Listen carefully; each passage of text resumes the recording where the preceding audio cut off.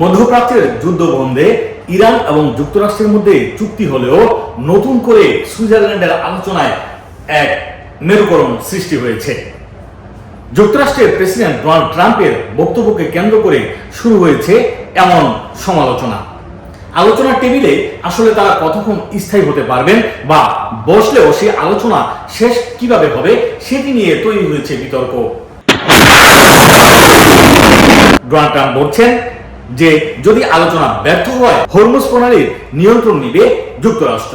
আর এই বক্তব্যকে কেন্দ্র করে ইরানের স্পিকার বলছেন যদি আমেরিকা সেই আগের অবস্থায় থাকতো তবে সারা বিশ্ব জুড়ে তাদেরকে এমন পরিস্থিতির মুখোমুখি হতে হতো না। অন্যদিকে আইআরজিসি বলছে যে কোনো পরিস্থিতি মোকাবেলায় প্রস্তুত রয়েছে তাদের বাহিনী।